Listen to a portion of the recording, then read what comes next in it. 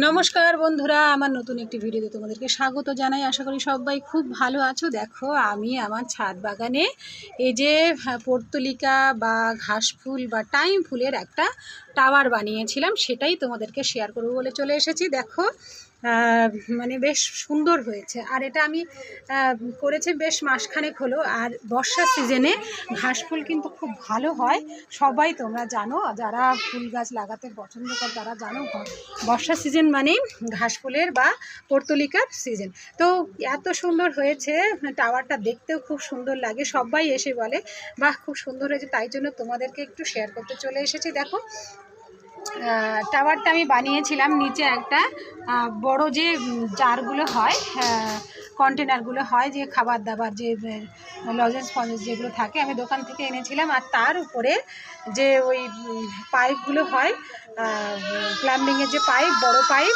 সেই পাইপের টুকরো আমার বেঁচে ছিল ঘর বানানোর সময়। সেই টুকরোগুলো দিয়ে কিন্তু আমি টুকরোটা এতটাই ছিল, আমি এতটা করেছি। আরও উঁচু করা যেত, অনেক সুন্দর হতো, কিন্তু আমার এই টুকরোটা, আমি জিনিস খুব একটা নষ্ট করতে চাই না, আর অন্য টুকরোগুলো হয়তো লেগে যেতে পারে অন্য কাজে, সেই জন্য আমি এই ছোটো টুকরোটা দিয়ে এরকম একটা টাওয়ার বানিয়েছি।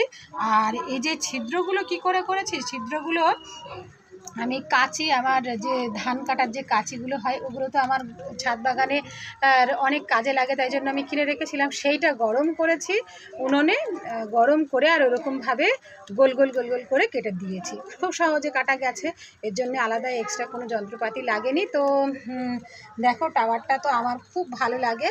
আর এর উপরে একটা আমি কিন্তু নয়নতারা ফুলের চারা লাগিয়ে দিয়েছি। এটা খুব কালারফুল একটা নয়নতারা ফুল।